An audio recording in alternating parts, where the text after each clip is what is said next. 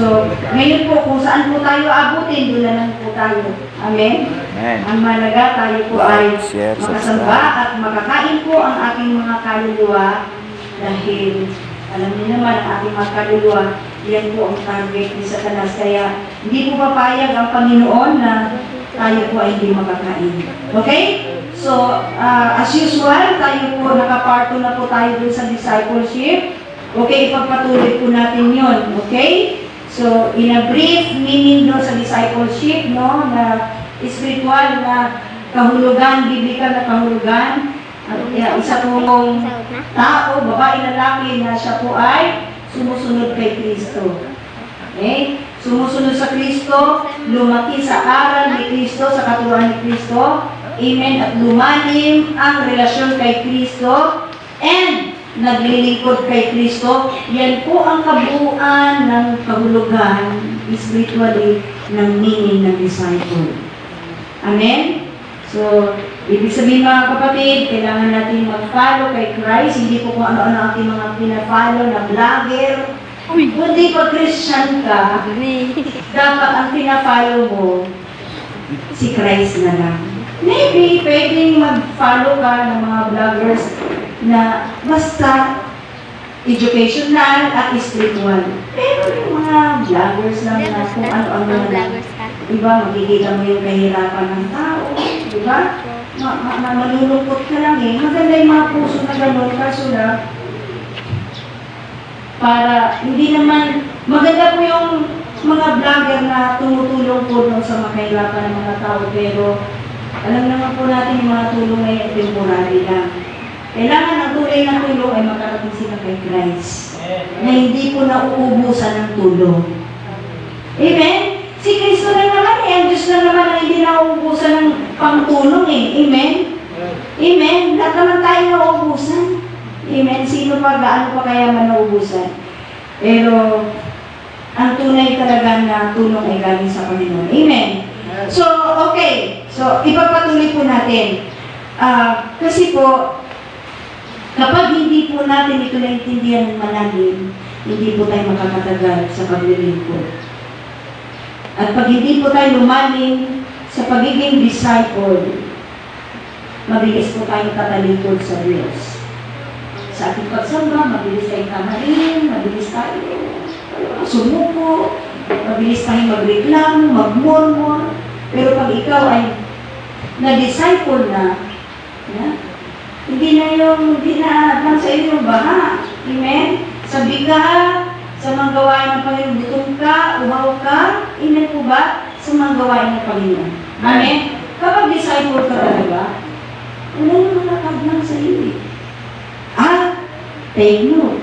Iyan ang pinapaproduce ni Jesus bago mo siya umakyat ng langit. Amen? Amen?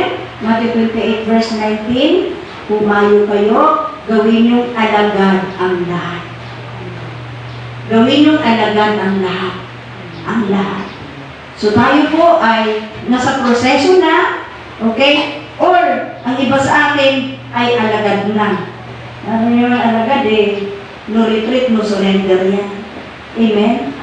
Kahit anong kawalan, handa yan, handa po yan, lumaban sa paglilingkod, sa pagsunod hanggang kamatayan.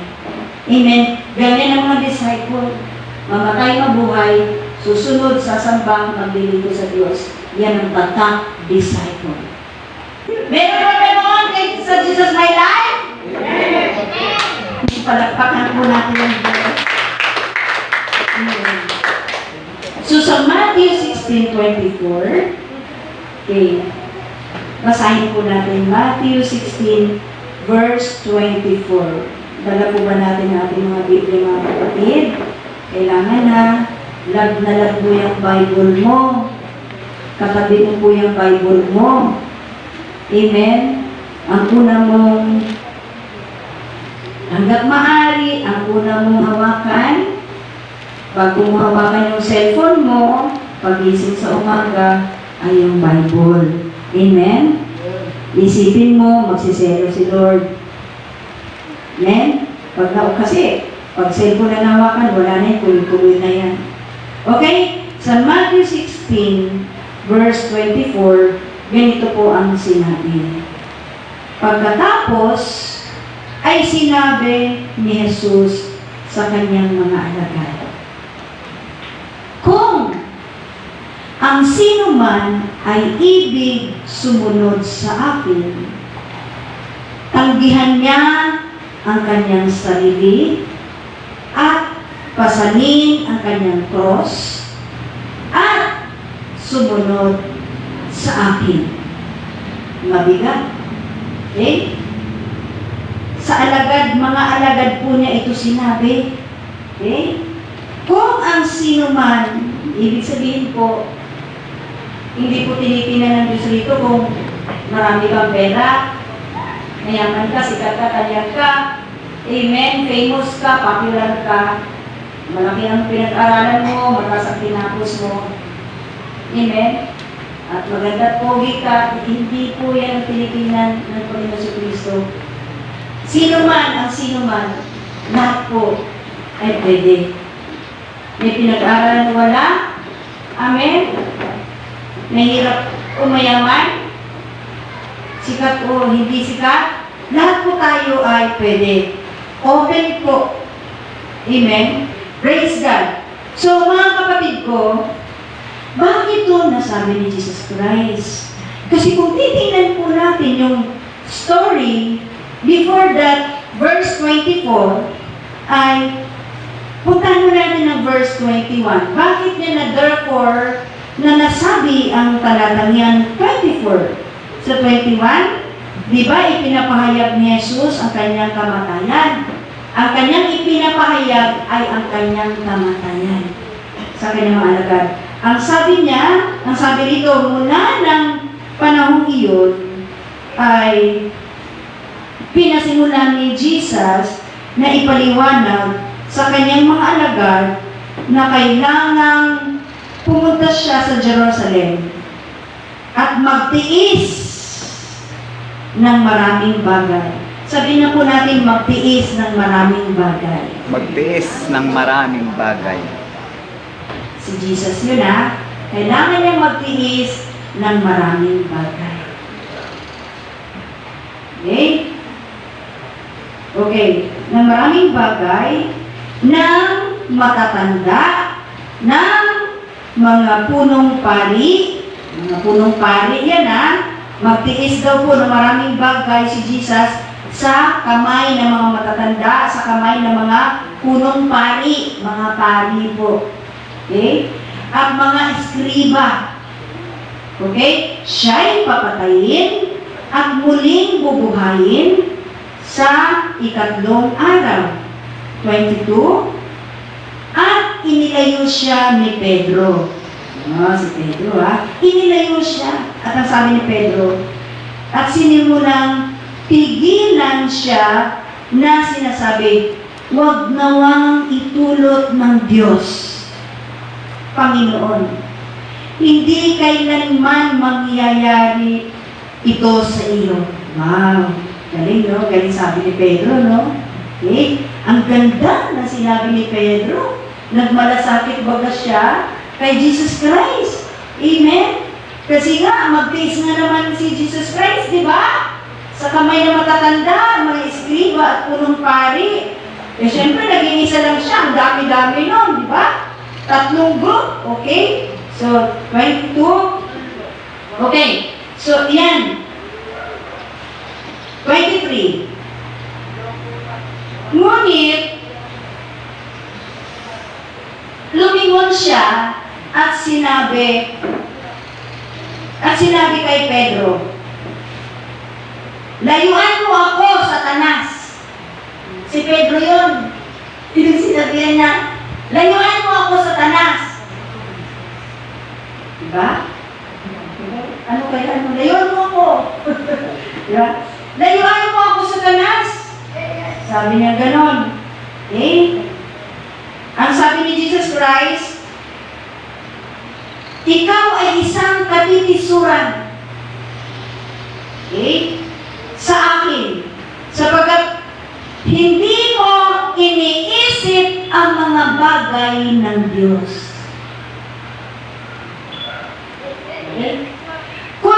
ang mga bagay ng tao. Idugtong na natin yung 24. Pagkatapos ay sinabi ni Jesus sa kanyang mga alagad, kung ang sino man ay ibig sumunod sa akin, tanggihan niya ang kanyang sarili at pasanin ang kanyang cross at sumunod sa akin. Palakpakan po natin ang Diyos sa pagkabasa ng kanyang salita. Okay. Kung titingnan po natin mga kapatid, ipinapaliwanag na po ni Jesus Christ ang kanyang pong kamatayan. Bakit kailangan niya mamatay? Dahil mahal ka niya. Mahal niya ako. Mahal niya ang buong sanlibutan. Amen? Amen. So, ipinapahayag po niya na sa kamay po ng mga matatanda ng bayan, mga iskriba, eksperto ito sa kautusan, at itong mga punong pari, mga ano po sa relihiyon, mga big boss, no? Mga kilalang tagapagturo. Okay? Mga kilala sa relihiyon. Pero ito po yung magpapahirap kay Jesus. Okay? Hindi pala lahat ng tagapagturo, no? Alam ng kautusan ng Biblia ay talagang ang katotohanan na sa kanila. Bagkus, sila pa po yung nagpapahirap. Opo, hanggang ngayon sila po ang nagpapahirap sa maraming tao dahil bakit hindi po nila pinalaki ang maraming tao sa Biblia. Amen? Kailangan ng tao ang Biblia. Pero maraming tagapagturo, hindi nila pinapalaki ang maraming tao sa Biblia. Diba? Wala po yung pinagkakaiba ngayon. Sila pa rin ang nagpapahirap until now. Kaya maraming tao nahihirapan. Kahit may relihiyon, nahirapan pa rin sa buhay. Amen? Punong-puno pa rin ang bisyo at kasalanan, sumpa ng sakit at karamdaman na walang kagalingan, punong-puno ng takot, pangamba, kabalisahan, walang pag-asa, walang kaligtasan, di marunong sa tunay na pagsambal panalangin. Ganyan po, nag-i-exist pa rin po yan. Kasi nag-i-exist pa rin ang mga taong walang direksyon ng buhay. Amen? Okay. So, salamat sa Diyos sa kanyang kapayagan. So, ngayon, kung titingnan natin, ang ganda ng puso ni Pedro. Mahal niya si Jesus eh. Pero, kay Jesus pala, hindi na sapat yun. Yung pagmamahal ni Pedro na yan. Sa akin kaya. Sapat na kaya yung pag-ibig natin sa Diyos. Kasi si Pedro, ang malasabi ko niya, di ba? Huwag namang ipanitulot ng Diyos. Huwag namang mangyari sa iyo pagmuhan. Pero, alam niyo, tingnan niyo yung nakinig ng kaaway. Boses ng kaaway. Di ba si Pedro, sinabihan Satanas, sa likod pala noon, hindi ang tao, yung umaadla. Hello? Sa likod ng ating pagpupursige dahil mag-aalay tayo ng buhay, sasamba tayo, susunod tayo sa Diyos. Meron talagang umadlang sa likod. Amen. Hindi yung si Pedro.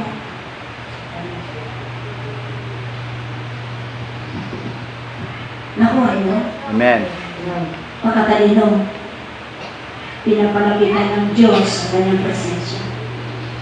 Marami talagang sa iyo magsasabi, imbis na maglingkod ka, mag-alay ka ng buhay mo para maligtas ang buong sanlibutan, maligtas ang maraming tao. Amen? Pero here comes Satan sa buhay ni Pedro. Ang ganda ha? Check! Tingnan natin sa buhay natin. Gaano man kaganda ang sinasabi nila. Yung nagturing na nagmamahal sa iyo. Si Pedro nagmamahal, di ba? Sa Panginoon. Kailangan marunong tayong makinig mag-discern kung ito bang boses na ito, sinabi na ito ba'y Diablo? Amen. Matupad kaya ang kalooban ng Diyos kapag itong tinig na ito ng aking mahal sa buhay, ng aking boss, hello, ng aking kaibigan, ng aking mga ng KKK, ito ba yung tinig na ito?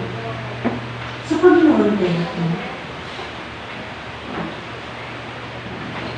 Kung ang salitang yan na pagmamalasakit, malasakit ka na salita, gaano mo yan kaganda? Kung yung mission mo sa buhay na maglingkod, sumamba, sumunod sa Diyos, kahit mahal sa buhay na ay hadlang sa iyong misyon sa buhay na ito, sa iyong pagsunod. Kailangan mong mag-isip. Kailangan mong pagkatalino. Amen? Maraming boses ng mga kaibigan, mga barkada.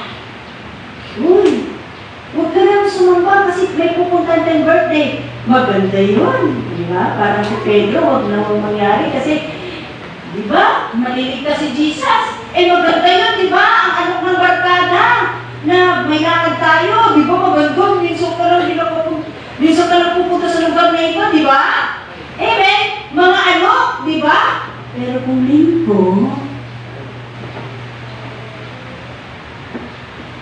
praise the Lord.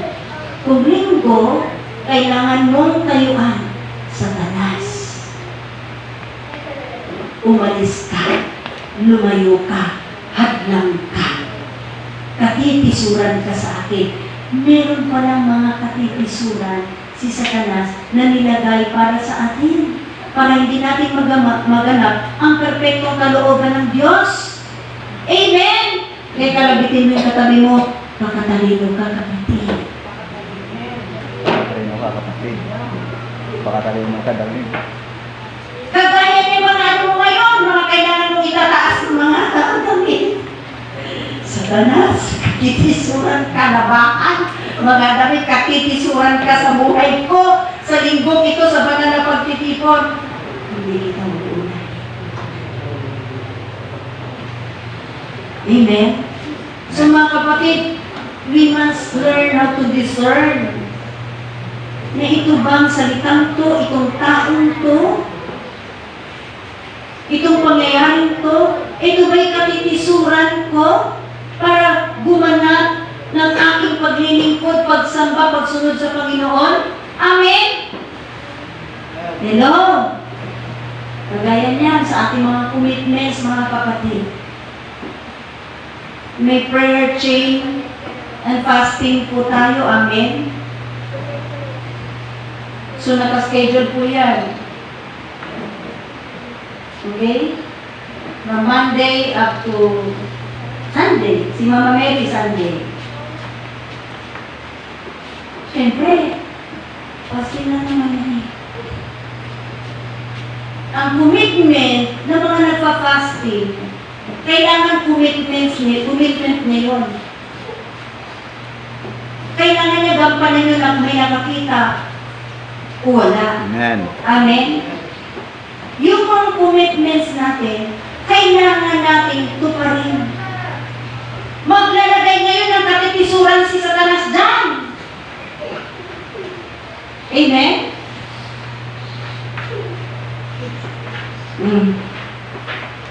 Nalulungkot minsan ang puso ko. Kasi, may nakikita ako na dapat sa araw na yun ay magpa-fasting sila. Pero sa araw na yun, lumalabas sila dahil kumakain. Hindi sa fasting, nag-fasting. Kilala mo kung sino ka, ha? Huwag mo na ulitin yun. Kalabitin yung katabi mo, ikaw ba yun? Huwag mo na ulitin, ha? Imbis na yung araw, ay hindi naman kumain, sarap. Sa ibang araw eh. Pero mo yung iba nagpa-fasting dito, sa araw na yun, sila nagpe-fasting. Tama ba? Sa kalabitin ka, sabi mo, huwag mo na ulitin yun na kung ikaw yun. Amen o aral. Katinisuran yun, kapatid. Dapat ang commitment mo sa araw na yun, nagpa-fasting ka kasi day nyo yun. Amen. Pero nasangka, nagpe-fasting ka with your friend. At yung friend mo, hindi naman dumadaloy. Ilanan mo na kung sino ka. Ah, my love yan. I love you. Hindi ko ba?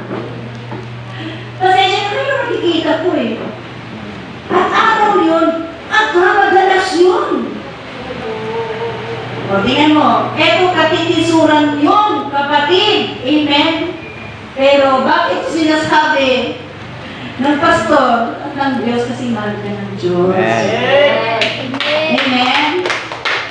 Okay. Sabihin mo sa sarili mo, stop na, huwag lang fasting, abis mag-fasting.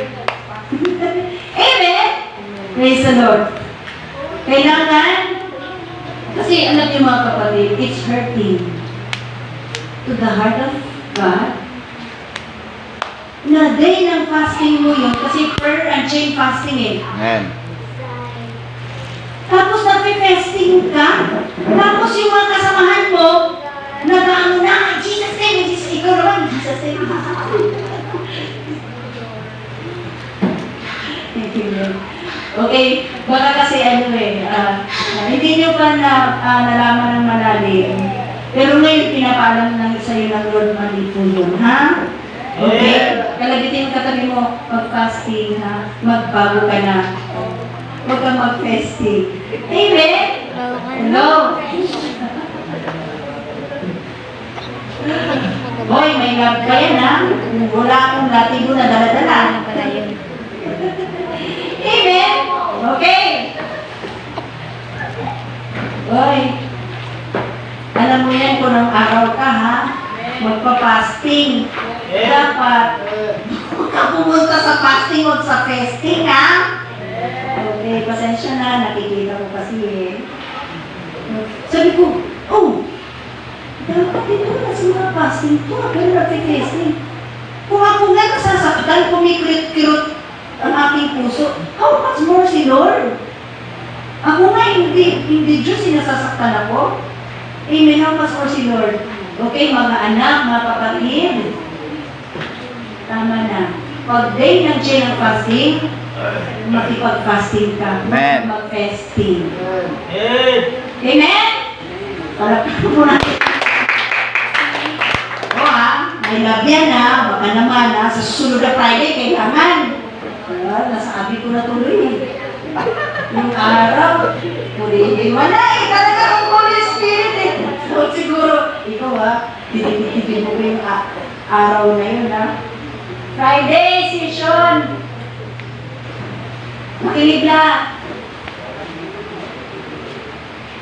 Friday naman nag-prayer fasting. Nakita kayo ni Lord. Nag-fasting kayo tama na Okay? Pinatawag na kayo ni Lord Kasi bakit? Yung iba namin, nag-aayuno, ikaw, ka-group mo yun, nandun ka sa fasting. Diba? Ako nga nagpa-fasting. At ako din naman ng Lord. Sa iba na lang kayong araw o pwede naman kayo kumain sa Webes. Pwede naman kayo kumain sa Monday. Diba? Pwede yun. Huwag lang sa araw ng fasting mo kasi nasasaktan ang puso ng Panginoon. Amen? Amen. Hindi ko na mabanggitin yung pangalan nyo, pero nakikita ko sa picture. Alam nyo na yun kung sino ka. Amen? Okay, dalangin ko sa Friday, sisilip ako rito minsan. Titingnan ko kung nandito ka. Kasi kaya mo nga mag-fasting pag Friday Tapos sa pag-fasting, di mo kaya. Ibig sabihin, kaya mo. Amen? Amen. Hindi lang po yun baka naman, minsan may naririnig din ako. Fasting, pagdating ng alas 10 o 11, kumakain. Fasting yun. Walang ganyan. Ang fasting po natin kapatid, kaunti nga lang po yan, 6 to 6. Yung ibang na nagpa-fasting ng 3 days. Di ba 7 days? 21 days? Sabi na, 12 hours na kumakain ka pa. Di ba ninong pag-fasting bawal kumain? Fasting yan. Amen. So, pasensya na kayo. Kailangan natin ipupuri kasi mananagot din ako kay Lord. Amen? Okay? So mga kapatid, bakit napunta dyan? Hindi talaga po ng Holy Spirit eh. Hindi talaga po nilid ng Holy Spirit. Halika. Alam nyo? Fasting hindi ba? Tapos kayo nagpe-fasting? Tama ba yun? Di ba pero salamat sa Panginoon kasi sabi ko kay Lord, Lord, kailangan hindi po ako nagagalit kasi hindi po tama. Baka kasi pag nagalit ako, nasisira yung pagiging pastor ako. Lord, gabayan niyo po ako kung ano pong mga gagawin ko. Hindi mo ginagabayan ako ng Lord. Amen. Amen. Kung yung BP ko 130/80 huwag niyo nang pag-asin. Normal po sa aming mga edad namin, 140/80, huwag lang mag-90. Amen. Pero yung huli namin BP ni Steven, pares kami ng BP 110/80. Amen. Normal. Amen. Dahil, alam niyo naman, siyempre, pag nalaga tayo ni Lord, Amen. Nalaga tayo ni Lord, kailangan tayo mahilusog. Amen. Amen. Amen. Yung kakay natin, pinaka-the best. Now, church, balik po tayo doon. Sa ating buhay, kailangan natin magpakatalino kung ang pilit na yan, yung tao na yan, ay padala ng Diyos, kung pilit ng Diyos, kasi kung pwede pala, katitisuran mo yan sa iyong paglilingkod sa Diyos, paglago sa Panginoon, pagsamba sa Panginoon, pagsunod sa Panginoon. Amen? Kailangan kung ano ang commitments, kung ano po ang patungkol sa mga gawain ng Panginoon, iset mo talaga yung sarili mo doon. Amen. Para anumang katitisuran ni Satanas, anumang katitisuran na inilagay ni Satanas, hindi siya magkatagumpay. Amen. Katabi mo, be like Christ. Be like Christ. Si Christ, hindi siya kinaya yung magandang kinatitisuran na sinabi ni Pedro. Narasakit yun. Hindi siya masaktan. Hindi siya mabumbog. Amen. Hindi siya matako. Ang ganda talaga. Amen. Hindi ka naman talaga makapag-sacrifice. Walang sakripisyo. Komportable. Pero, si Jesus Christ, hindi niya nilakaran ang komportableng buhay. Kung si Jesus Christ na hindi nagiging komportable ang buhay. At encourage ni Paul sa atin, be like Christ. Asahan mo rin mga kapatid ko na hindi sa lahat ng panahon komportable ang buhay natin. Amen. At pag hindi komportable ang buhay natin, you are now fulfilling the perfect will of God. Amen. Amen? Si Jesus Christ, lumayo ka, layuan mo ako sa tanas. Ikaw ay katitisuran. Sa bahay mo, maraming katitisuran. Sa trabaho, sa negosyo, sa school, maraming katitisuran na si Satanas. Maganda po yung sinasabi. Ito hindi halata. Maganda eh. Paano kung ikaw ay lalagyan ni Satanas na magandang kinatitisuran?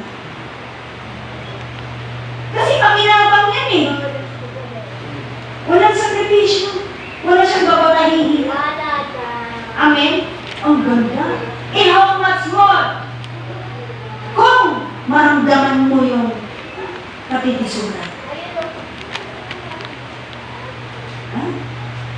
Dapat, we should discern well. Baka, yung mga pinatitisuran mo na yan, natin na yan, na ang ganda, yan pala, ang hindi, yan pala ang dahilan upang hindi mo matupad ang misyon na ingatan ng Lord sa iyo, ang pagsunod, ang pagsamba mo sa Panginoon. Amen? Minsan, trabaho.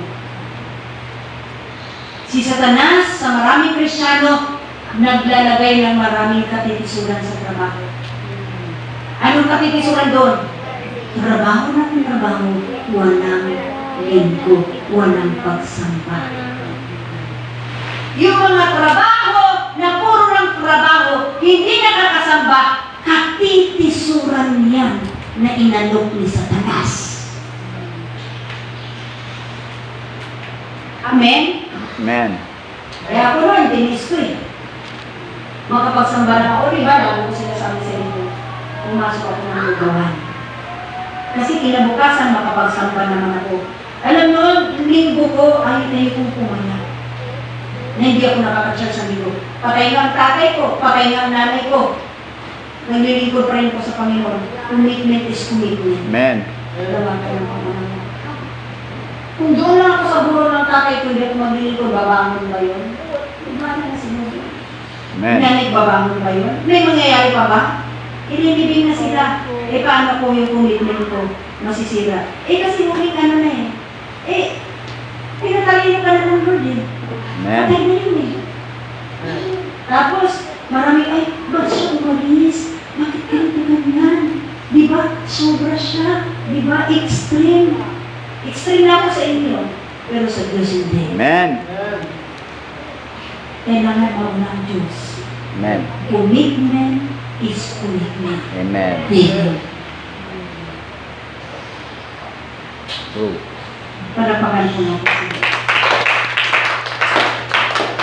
So, ano sinasabi sa atin ng Panginoon? Ng Holy Spirit? Pagkatalino. Kapag hindi ka na nakasunod sa perfectong kalooban ng Diyos, katitisuran ni Satanas. Mag-pray ka, umiyak ka sa Lord.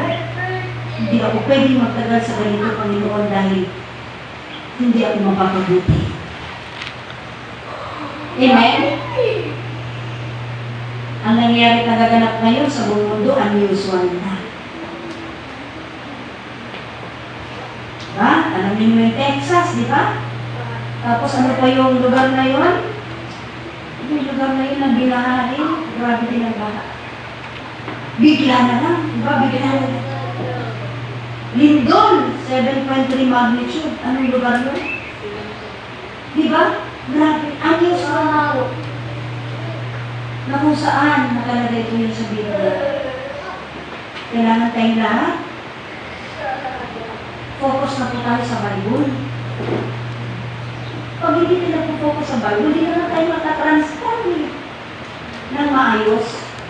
Biblia talagang makakatulong sa iyo para mabago kang lubusan. Eh, kung lagi ka nakalikit sa barkada mo.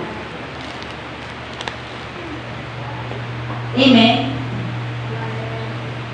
Eh, walang mangyari sa iyo. Mapapahangin ka dyan. I-deserve mo rin na yung mga barkada mo, kasama mo, ay katitisuran mo rin yan sa iyo. Amen? Maganda na naman pag barkada, masaya. Amen? Tawa-tawa, pasya, di ba, nakauntahan, maganda. Eh, pero, disciple tayo, anak ka ng Diyos eh. Dapat, nasa Panginoon ka, nasa gawain ka ng Panginoon. Amen? Amen. Sabi mo, uy, bago ka na.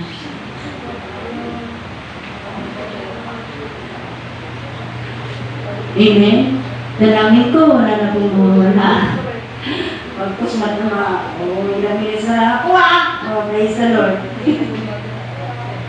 Okay, ang galing. Kasi, alam mo, hindi ko pinag-aralan itong mga revelation na to. Nilalagay lang ng Holy Spirit sa aking kaisipan. Ang ginagawa ko lang, kailangan i-prepare ko na sarili ko, malinis, Di ba? Sinisikap ko maging malinis ang aking sarili araw at gabi sa harapan ng Diyos. Amen.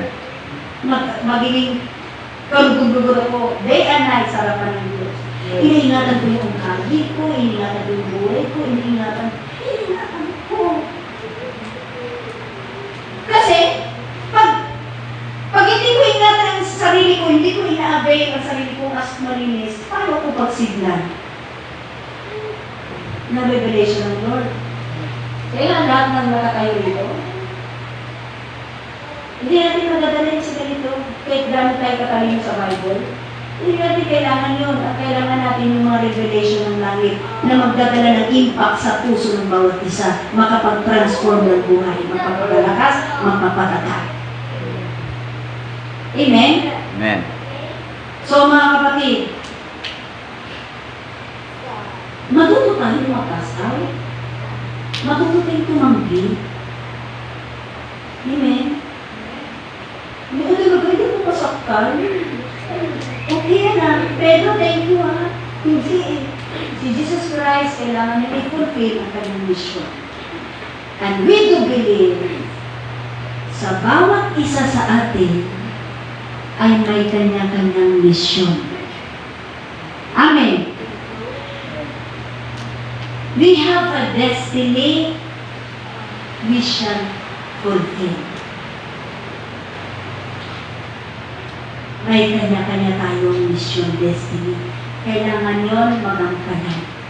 Kagaya ng Panginoon Kristo, ginampanan niya. Amen? Kaya tayo, gampanan din po natin para, ano yun, yung mission na yun? Kung si Jesus Christ, ginampanan niya para mga maligtas tayo. Amen? Sa kapamakan, sa impyerno. Amen po ba? Maging sa present life natin ngayon, sa lahat ng kaaway, mga espiritu ng naginiman, kailangan natin mapagtagumpayan yan. Pinagtagumpayan na po ni Jesus Christ sa cross yan. Ganon din po tayo mga kapatid. Naging tao tayo, mayroon tayong misyon, hinirang at pilitan ng Diyos. May kanya-kanya tayong misyon, at isa lang po ang malinaw doon. Magamit tayo ng Diyos sa kaligtasan ng marami. Amen.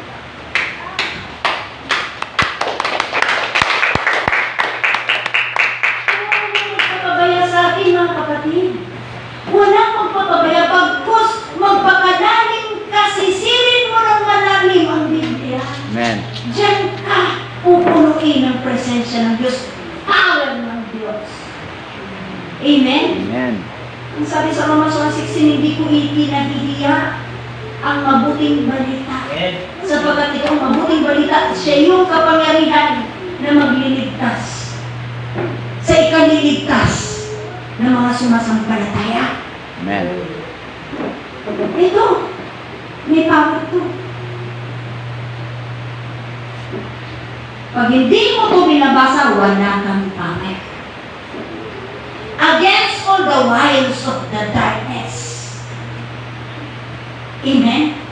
Lahat ng katitisuran na nilalagay ni Satanas sa iyong harapan, pangit man ay gumaganda. Mapagtagumpayan mo yan kagaya ni Kristo kung nakita sa Biblia. Sino walang Biblia? Lapit kayo kay Mama Jonalisa, humingi po kayo, bibigyan kayo na. Amen? Hello.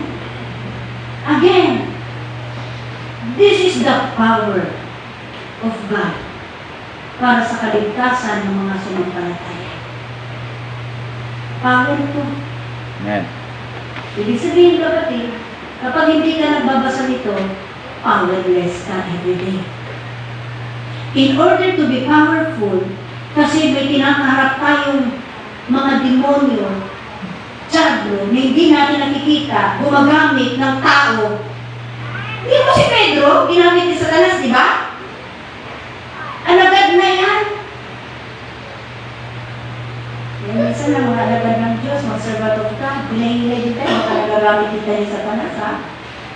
Si Pedro, alagad mo. Ginamit pa ni Satanas. Pero hindi naman siya pinarasunan ni Jesus Christ, di ba?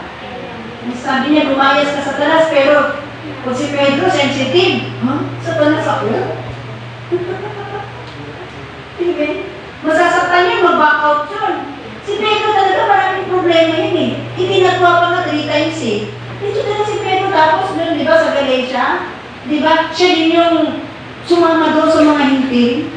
Di ba? Pinagalitan na siya ni Pablo. Ang daming problema ni Pedro. Pero siya yung first pope of the church. Di ba? Di ba? Sa Matthew 16, di ba? Upon this rock I will build my kingdom. The gates of hell cannot prevail. Di ba? Biro mo, yung gates of hell. Sa church, hindi siya mananaig. So, pag tayo church, walang pwedeng mananaig sa atin Amen. ng kapangyarihan ng kadiliman. Amen? Basta matalino lang po tayo mga kapatid.